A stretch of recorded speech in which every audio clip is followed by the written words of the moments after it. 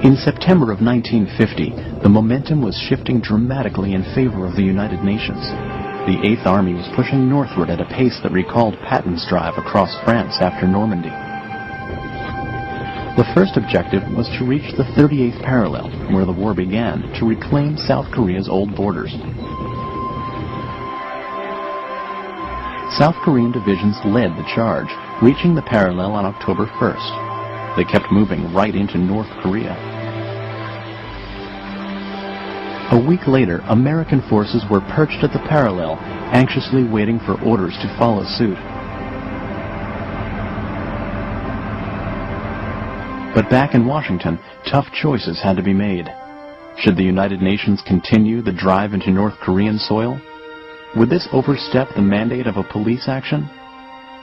There were no easy answers.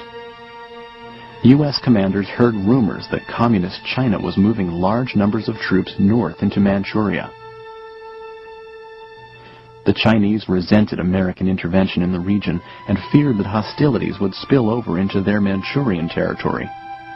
Intelligence reports estimated that up to 450,000 Chinese troops were lurking in the hills beyond the Yalu River, poised to strike.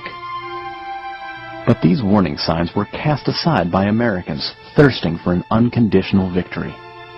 After the world wars, anything less would be a disappointment. Korea didn't affect the everyday lives of most Americans as previous wars had. 1950s America was a pleasant, peaceful place where there was a car in every garage and a drive-in diner in every town. Stories of the triumphs in Korea were an exciting diversion from the humdrum every day. And as the Eighth Army marched heroically onto North Korean soil, a bored, communist-hating populace watched with attentive glee. As the fighting moved north, the citizens of South Korea tried to resume their daily lives. Weddings, funerals, and the daily market went on as they had before the war. As they recovered from the destruction of the previous 4 months, they waited anxiously for their leader, Syngman Rhee, to deliver on his long-held promise to unite the peninsula.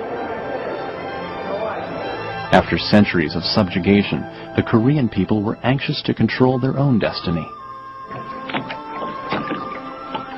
Whether at the mercy of the Mongols, Chinese, Manchus, Russians, or Japanese, South Koreans were always in the shadow, and often under the command of foreign invaders. They were most influenced by the Chinese, who ruled the peninsula on and off for more than 1,000 years. The cultures of the two countries, each centered around Buddhism and agriculture, were closely linked. But the politics of the two were worlds apart in 1950. South Koreans rejected the Chinese communism that threatened to devour their homeland.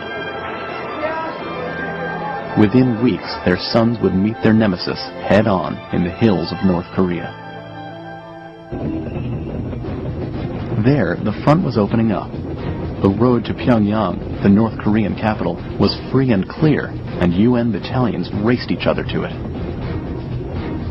The North Koreans tried to establish a thin defensive line around their capital, but they couldn't curtail the UN momentum.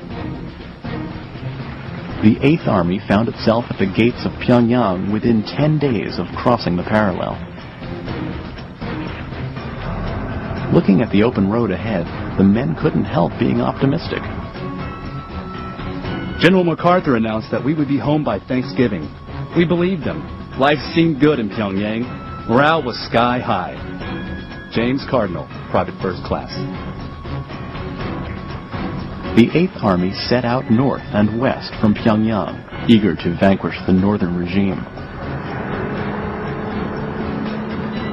As they crossed the Changchon River, the last major land barrier in North Korea, they could smell victory waiting for them on the other side.